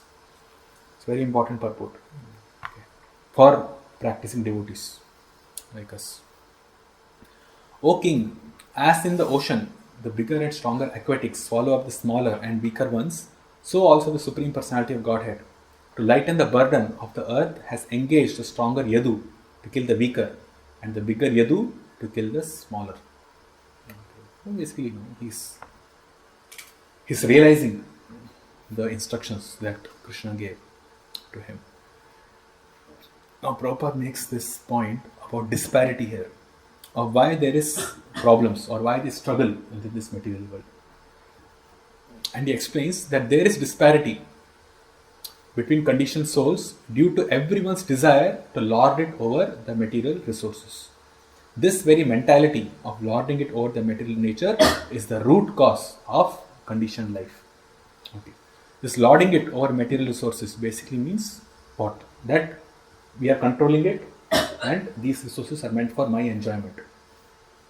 Controlling and enjoying mentality. This is what is the desire to lord it over the material resources means. And to give facility to such imitation lords, the illusory energy of the Lord has created a disparity between conditioned living beings by creating the stronger and the weaker in every species of life. The mentality of lording it over the material nature and the creation has naturally created disparity, and therefore the law of struggle for existence. Okay. So now if a conditioned soul want to lord it over nature, it basically means lording it over other living entities also. Okay. And if all the living entities are on the same level, you cannot lord it over anybody. Okay. So therefore the disparity is being created, where there are the weaker sections and there are stronger sections. Okay. And based on our previous activities, we either fall to the lower section, the weaker section, or to the stronger section. And based on that, we are able to control something, we are able to enjoy something. At the same time, there's also suffering and miseries. If we are in the weaker part, we are suffering. If we are in the stronger part, we are trying to control and enjoy. Ultimately, both these activities frustrate. Okay, both these activities are miserable, because even though the tendency to control and enjoy is there, still it does not give complete happiness and satisfaction. Okay, we have discussed that in the previous purports. And miserable life is anyway there. So nobody is feeling satisfied or happy because he's in the weaker section of the society and he's suffering. So even the so-called enjoyment or happiness because of being stronger, and the suffering because of being weaker, it ultimately leads only to a miserable situation. It only leads to suffering. Okay, because ultimately nobody is satisfied. Because one should understand that he is not meant to lord over the nature. He is not meant to control and enjoy. The controller and enjoyer is the Supreme Lord, and he is supposed to serve him, to serve Krishna in that capacity. Okay, that gives satisfaction. Otherwise, it does not matter if one is stronger or one is weaker, he is going to suffer. Every living entity wants to become stronger. The whole material advancement or the material endeavor that human beings do is so that they can make themselves stronger. They can protect themselves, okay, either through different. See, protect themselves means they can make their bodies comfortable. Okay, protect themselves by creating weapons. Okay, and through technological advancement, so many things people endeavor for, so that they can make themselves stronger. And anyone who is stronger within this material world, he is considered to be successful. Right? That's how the material world runs. Okay, but even though they might be stronger, still, as Prabhupada said, in previous purports, I think we saw that there will always be someone who is stronger than us, and there will always be someone who is weaker than us. It will always be in the middle position. We will never be superlatively strongest or the weakest of the society. There's always that disparity will always remain. And because of that, there will always be miserable situation. There will always be suffering. So there will always be a law of struggle for existence. So the mentality of lording it over the material nature and the creation has naturally created disparity. And therefore the law of struggle for existence is always there. And actually he says that but in the spiritual world there is no struggle for existence because everything exists there eternally. The Lord, being the creator of everything, including the living beings, factually is the proprietor and enjoyer of everything that be. But in the material world, by the spell of Maya or illusion, this eternal relation with the Supreme Personality of Godhead is forgotten. And then one thinks that he is the creator of everything and he is the proprietor and enjoyer of everything. So this is the problem. One should understand this, that the Lord is the creator of everything, including the living being, and he is the proprietor and enjoyer of everything. Otherwise, one has to be conditioned under the law of struggle for existence and survival of the fittest. Okay. Now, I am attracted to those instructions imparted to me by the personality of Godhead, Govinda, because they are impregnated with instructions for relieving the burning heart in all circumstances of time and space. Now, this purport is basically dealing with the summary. It gives a summary, whole summary of Bhagavad Gita. Okay, so again, it's a very important purport. So we can see some points, some important points here. So Bhagavad Gita, he mentions as the essence of all Vedic wisdom. Okay. So when Arjuna was face to face with being vanquished in his acquired power and prominence, he wanted again to remember the great teachings of the Bhagavad Gita, just to teach all concerned that the Bhagavad Gita can be consulted in all critical times, not only for solace from all kinds of mental agonies, but also for the way out of great entanglements which may embarrass one in some critical hour. Okay, so not only for solace from all kinds of mental agonies, but even as a guiding factor, okay, from all kinds of situations that can happen in this material world, even for guiding. Okay, normally people have this idea that by being pious people, they read Bhagavad Gita, there's a peace of mind, Shanti is there. But actually Bhagavad Gita is not as proper, they used to keep, on pious Hindus, they keep in the altar covered very tightly and they do puja for it. And probably once in a year they'll open it and read 1 or 2 verses. Gives Shanti, peace, and that's it, again onto the altar. But it's also a way out of great entanglements. It can guide, or rather it guides basically everybody. So Bhagavad Gita is a scriptural sound representation of Krishna. So here, Arjuna is remembering the words of Krishna, and through that he is able to overcome his lamentation. Now he is lamenting because so many things that Krishna has done for him. He is remembering all these things. And now in the last few verses, 22, 23 and 21 also, he spoke that Krishna has left him. And all the Yadu dynasty is also leaving 4 or 5 people. They are also dead. They are also gone. So by remembering the instructions of Bhagavad Gita, he's bringing his consciousness back to the point that the Lord has instructed me, or he told me that there is no difference. In the absolute platform, there is no difference between the Lord and his instructions. So Prabhupada writes here that the Bhagavad Gita, or any authentic spiritual sound representation of the Lord, is also an incarnation of the Lord. There is no difference between the sound representation of the Lord and the Lord himself. One can derive the same benefit from the Bhagavad Gita as Arjuna did in the personal presence of the Lord. Okay. So he had the personal presence of the Lord and he derived benefit during the battlefield of Kurukshetra, and now he is deriving the same benefit by remembering the instructions of Bhagavad Gita. Okay, then the 5 subject matters of Gita, so we are not going to touch that because we have already discussed this.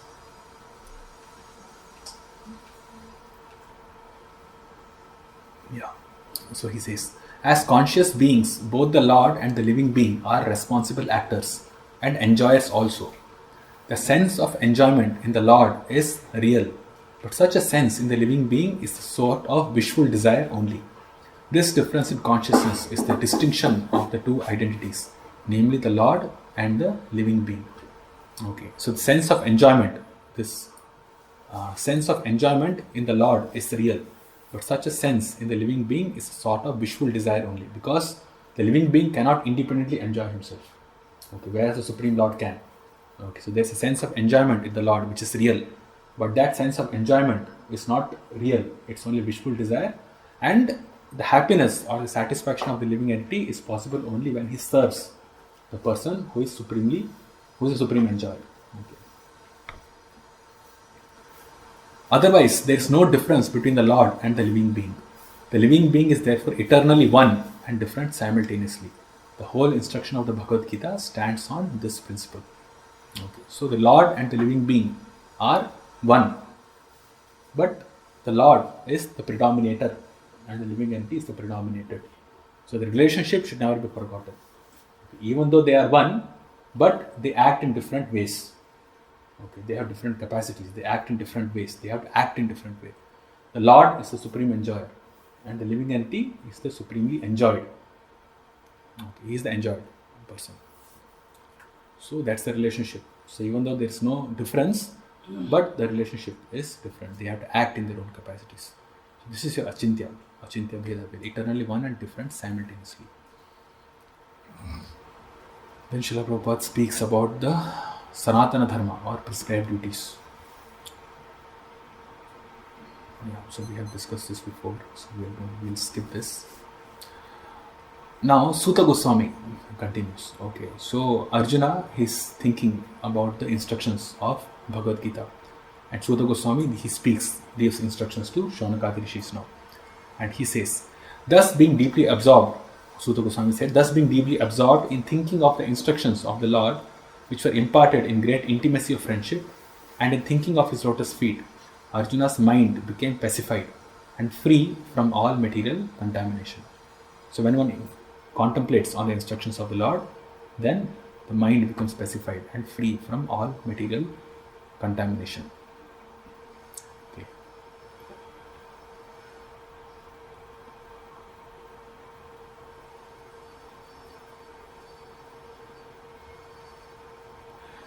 The feeling of separation from the Lord is undoubtedly painful to the devotee. But because it is in connection with the Lord, it has a specific transcendental effect which pacifies the heart. Okay. So there is pain and there is also satisfaction. Okay. Both are there at the same time. So the feeling of separation is painful to the devotee. But at the same time, because it is in connection with Krishna, there is also satisfaction, there is also pacification. Feelings of separation are also sources of transcendental bliss, and they are never comparable to contaminated material feelings of separation. Okay, so there is pain, at the same time there is bliss also. Okay, so this is difficult to understand. Okay, how it is painful, at the same time blissful also. Okay, because we don't experience something like this in this material world. Okay, if something is painful, it is painful. Okay, and something is blissful, it gives satisfaction, there is happiness, there is joy. But both at the same time, in the material realm, we don't have an experience of that. Okay. But in relation to the Lord, all the contradictions are resolved. So even though these two seem to be contradictory, that one is transcendently blissful because of contemplating, because of thinking of the Lord, but at the same time, because of separation, he is also feeling the pain. And both of them are there at the same time. And this is what gives rise to the different ecstatic symptoms in a devotee. Okay. So this is explained in Nectar of Devotion. To go beyond this 20th chapter, all these different relationships are mentioned. Okay, and there I think it's discussed also how separation is also blissful. And there are different instances which are given, which explains or which kind of make us understand something which is difficult to understand.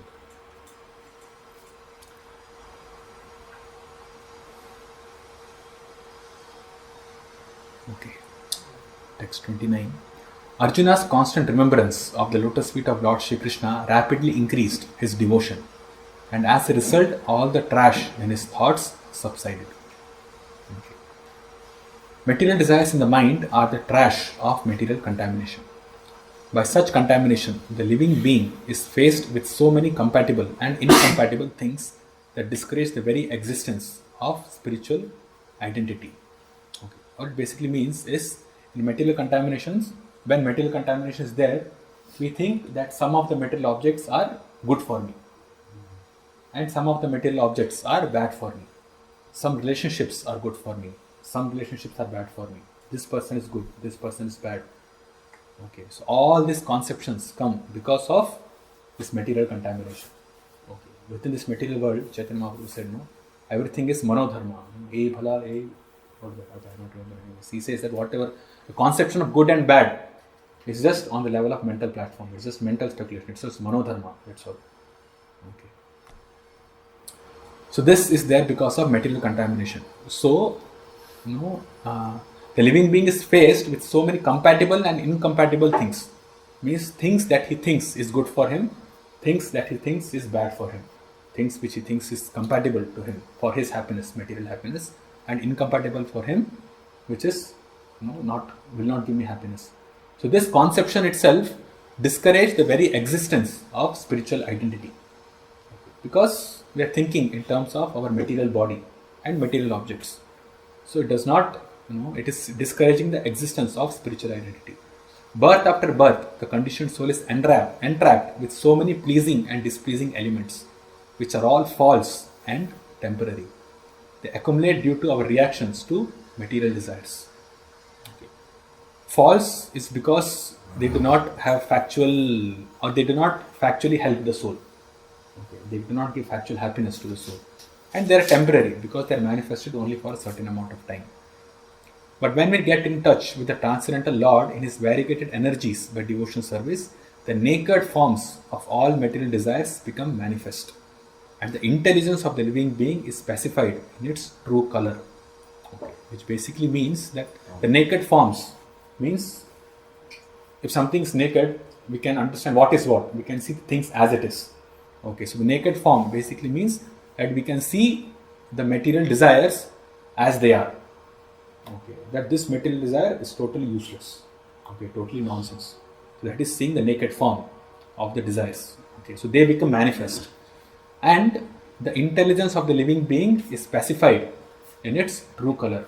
So when one understands, we discussed this in the last class also, that when one understands that the material, this knowledge, this transcendental knowledge itself, that everything material is useless, gives satisfaction. Okay, it pacifies the soul. So this, when the naked forms of all material desires become manifest, when we know what this material desires are about, what material nature is all about, we have this transcendental knowledge. The intelligence of the living being is pacified, okay, in its true color. Basically means the intelligence of the soul is awakened. As soon as Arjuna turned his attention towards the instructions of the Lord, as they are inculcated in the Bhagavad Gita, his true color of eternal association with the Lord became manifest, and thus he felt freed from all material contaminations.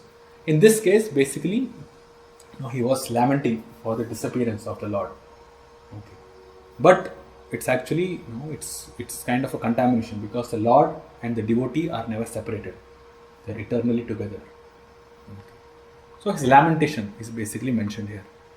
So Vishwanath Chakravarti Thakur, in his previous verse, he says here that though his intelligence was full of pain due to separation, by attaining an appearance of the Lord, from his continuous contemplation of the Lord, he became pacified. Since his burning pain was extinguished, his intelligence became free of the contamination of unsteadiness.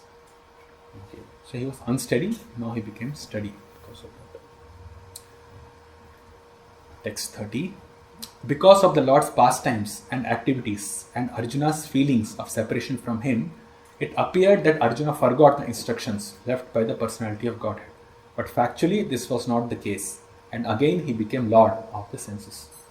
So those contemplations that he had about the Lord and the feelings of separation that he experienced, by looking at those things, it looked or it seemed as if Arjuna has forgotten the instructions of the Lord. But factually it is not so, because he himself remembered the Lord and his instructions, and he became the Lord of his senses again. A conditioned soul is enwrapped in his fruitive activities by the force of eternal time. But the Supreme Lord, when he incarnates on the earth, is not influenced by Kala or the material conception of past, present and future. The activities of the Lord are eternal, and they are manifestations of his Atma Maya or internal potency. all pastimes or activities of the Lord are spiritual in nature, but to the layman, they appear to be on the same level with material activities. Okay, so a conditioned soul is enwrapped in his fruitive activities by the force of eternal time because he undergoes transformation. There is birth, there is growth, then there is sustenance for some time, then there are byproducts, then there's dwindling, and there's death. The 6 stages of, the 6 stages or 6 stages of his life, a person's life, it keeps on happening. And this is because by the force of eternal time it happens. Okay. So one might think that Arjuna is also lamenting because Krishna has also undergone those stages. That Krishna has undergone those stages and now he has disappeared and Arjuna is lamenting for the disappearance of the Lord. But the point that is being made here is that the Supreme Lord, when he incarnates, he is not influenced by Kala. He is not influenced by the eternal time. He does not undergo such transformation as a normal conditioned living entity does. Okay, so therefore he is beyond, or he is not influenced by the material conception of past, present and future. His activities are eternal. Okay, so they don't undergo the same kind of transformation that the living entity, a conditioned soul, undergoes, and they are manifestations of his Atmamaya or internal potency. Right? Ajopisan Navayatma, Bhutanam Ishwaropisan, Prakritim Samadhisthaya, Sambhavami Atmamaya, Krishna says. 4th chapter, I think, right? So his activities are manifestations of his Atmamaya.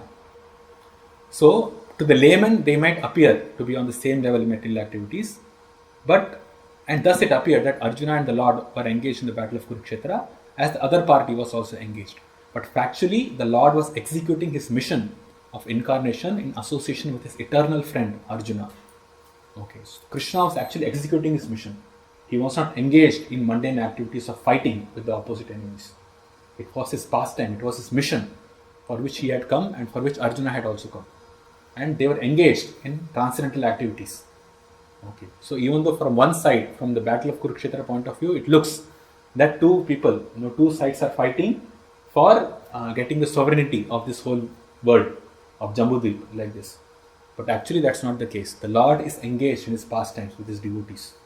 While the other party, the layman or the Kaurava side, they would think that they are also fighting with Krishna and Arjuna like this. But the fight that was carried out by Krishna and Arjuna is completely, it's beyond the modes. It's completely on the transcendental level.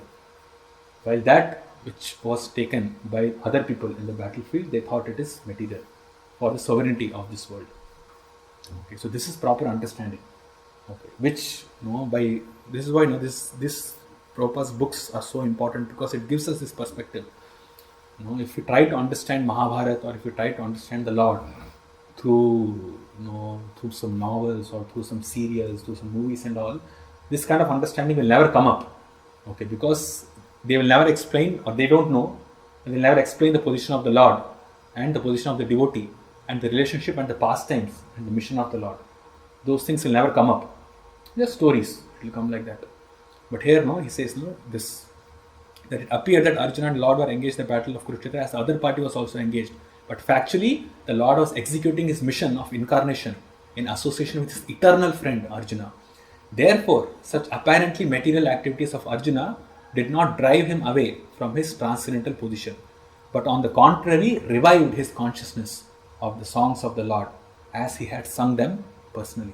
So when Arjuna was contemplating on what he had or what he did along with Krishna in the battlefield, it elevated him to transcendental consciousness. It did not degrade him into this mundane nationalistic consciousness.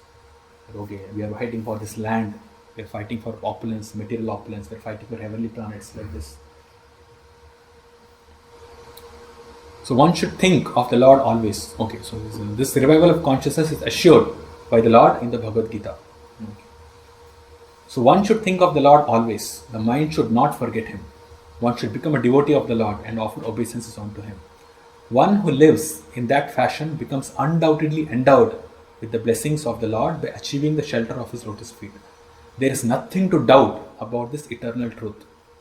Because Arjuna was his confidential friend, the secret was disclosed to him.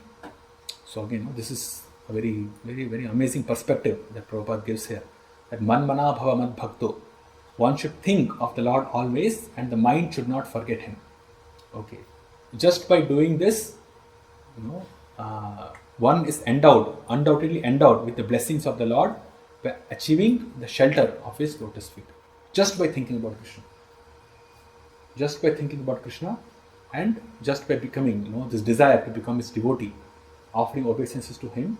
If we do this throughout our lives, then everything becomes automatic. Our path back to Godhead is clear. Okay.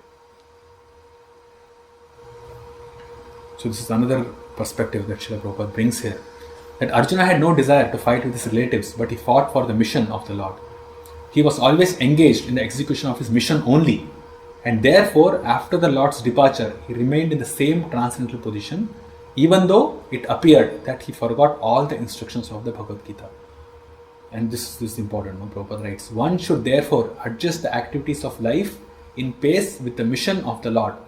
And by doing this, one is sure to return back home, back to Godhead. This is the highest perfection of life. Okay, so one who executes or one who endeavors to execute the mission of the Lord, his path back to Godhead is clear. Okay, so we should take inspiration from this. Okay, it's a very, very inspiring thing that Srila Prabhupada writes here, keeping Arjuna as an example, that he was always engaged in the execution of his mission. So Arjuna always was in a transcendental position. So we, as followers of the Sampradaya, as followers of Srila Prabhupada, we should always have the mission of Lord in our mind. And just by executing this mission, then we are sure to return back home, back to Godhead. So it's very inspiring. Okay.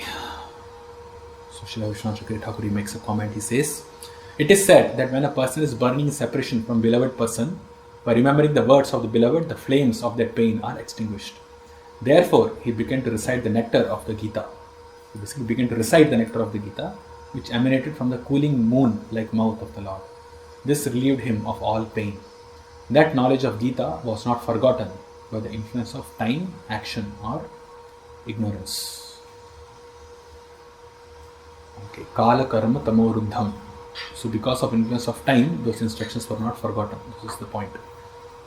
Because Arjuna was always there in the transcendental position.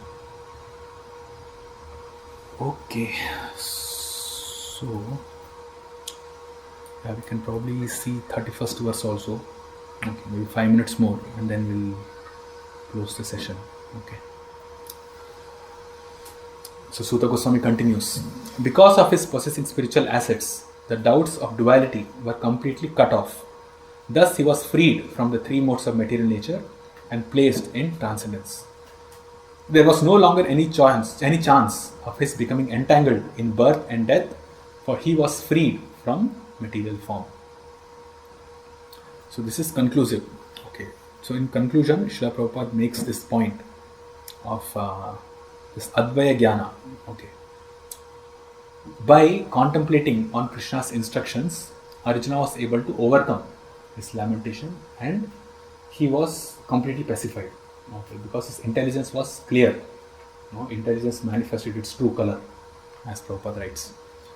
So Srila Prabhupada writes here in this purport, doubts of duality begin from the misconception of the material body, which is accepted as the self by less intelligent persons. The most foolish part of our ignorance is our identifying this material body with the self. Okay, so most foolish thing to do. Everything in relation with the body is ignorantly accepted as our own. And doubts due to misconceptions of myself and mine, in other words, my body, my relatives, my property, my wife, my children, my wealth, my country, my community, and hundreds and thousands of similarly illusory contemplations cause bewilderment for the conditioned soul. Okay. So Srila Prabhupada basically saying that duality brings doubts. Okay. When there is duality, then there is doubt. But by assimilating the instructions of Bhagavad Gita, one is sure to be released from such bewilderment, because real knowledge is knowledge that the Supreme Personality of Godhead, Vasudeva, Lord Krishna, is everything, including one's self. Okay. So, including oneself, when we speak about the absolute truth, the living entities are also included within the absolute truth. Okay, because the living entity is an energy of Krishna, is Tatastha Shakti of the Lord. And Shakti and Shaktiman are non-different, literally non-different. Okay. So, we, being the energies of the Lord, we are also, when Krishna says that I am everything, Vasudeva Sarvamiti, the living entity is also part of Vasudeva only. So what we understand from this is that the connection that the living entity has, the Jiva has, with the Supreme Lord is very intimate. Okay, they are not separated.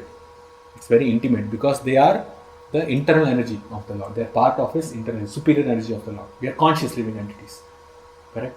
So even though Tatsita Shakti is there, but Tatsita Shakti and the Antaranga Shakti, they are both spiritual. Okay, so that way we have very intimate connection with the Lord. So Vasudeva, Krishna is everything, including our own self. And this is perfected when one understands that the living entity, we completely belong only to Krishna. We don't belong to anybody else. We belong only to Krishna, and therefore we have to act only for Krishna. That is perfection. But when the living entity, even though he is part of the absolute truth, thinks in illusion that he is something different, then he suffers. Everything is a manifestation of his potency as part and parcel. The potency and the potent are non-different. So the conception of duality is at once mitigated by attainment of perfect knowledge.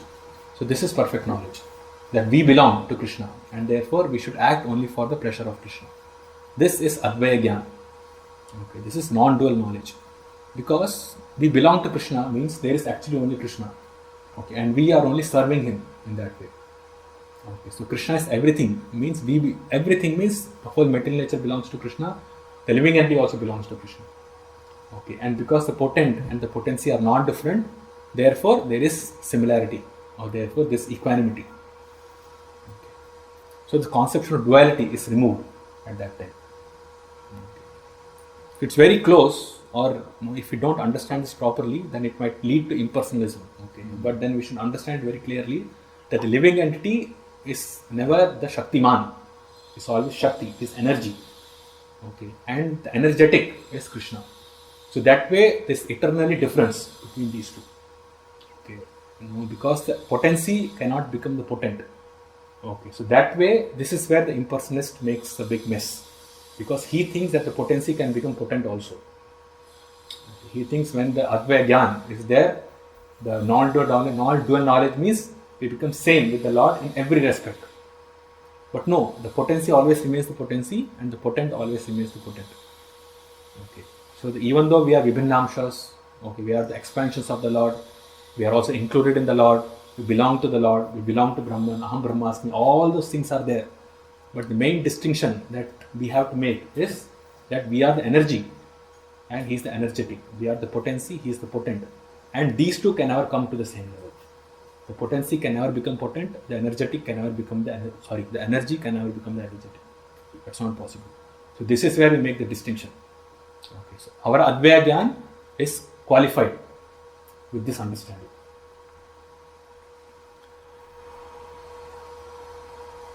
So, because of this perfect knowledge, Arjuna could realize that the Lord was still present before him by His instructions, by His form, by His pastimes, by His qualities, and by everything else related to Him. He could realize that Lord Krishna, His friend, was still present before him by His transcendental presence in different non-dual energies. And that there was no question of attainment of the association of the Lord by another change of body under the influence of time and space. This is again a very important point. We spoke about the non-dual between the living entity and Krishna. Here, another non-dual, another aspect of non-dual Advaya Gyan is that the Lord is non-different from His instructions, from His form, from His pastimes, from His qualities, and everything related to Him.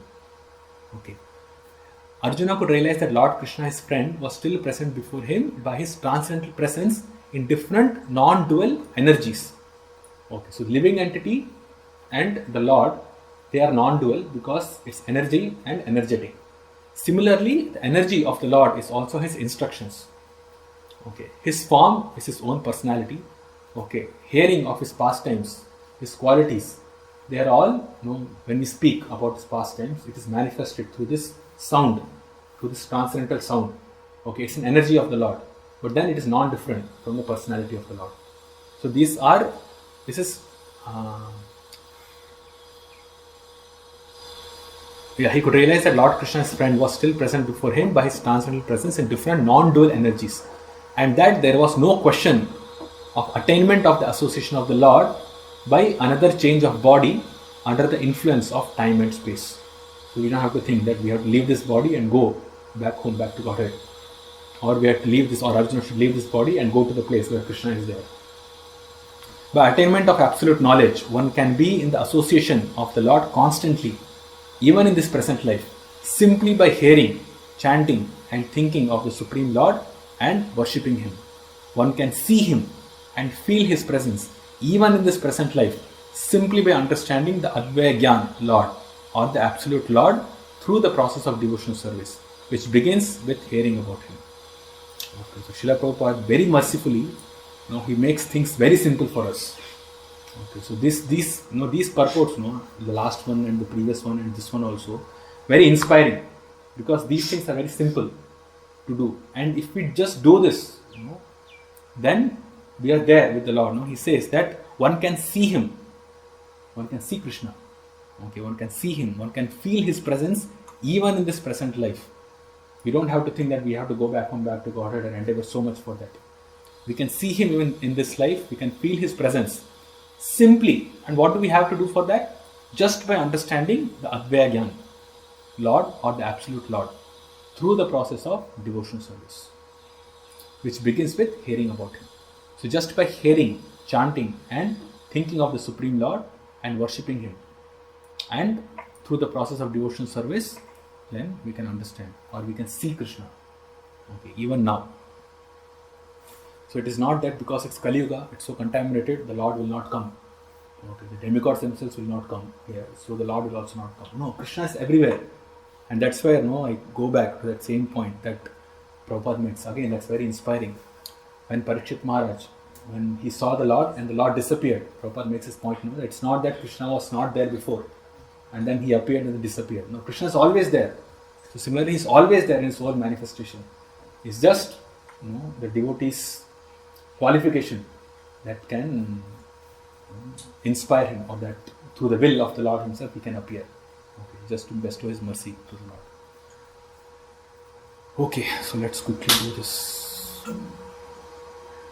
Lord Chaitanya says that simply by chanting the holy name of the Lord, one can at once wash off the dust on the mirror of pure consciousness. And as soon as the dust is removed, one is at once freed from all material condition. To become free from material condition means to liberate the soul. Okay. This practical realization of the living being is made possible due to his becoming free from the reaction of the three modes of material nature, namely goodness, passion and ignorance. Okay.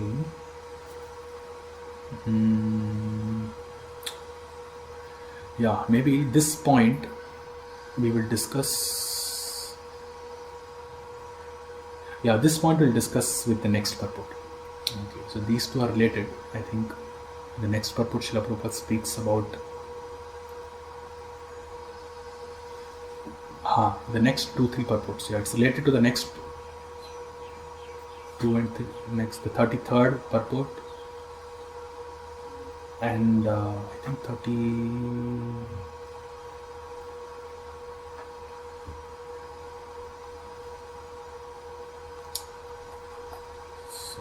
34 and 39th purport. So 33, 32, 33, 34 and 39, the purports are related. Okay, so this specific point of this last paragraph of this verse this purport we'll discuss in next class. Okay. Fine. So we overshot our time today. Do you have any questions? This chapter you have to read very carefully. Okay, because not only for exam point of view, but even from inspirational point of view, from our devotional service point of view. Because even the other purports that will come now, where Maharaj Yudhishthira leaves, or he decides to renounce and leave this world, it's also very inspiring. And Srila Prabhupada makes many good points there. It is very, very helpful for our devotional life. So, very important chapter. Okay, so, we should read it very carefully. Okay, any questions? Do you have any questions? No. Okay. Srimad Bhagavatam ki, Srila Prabhupada ki.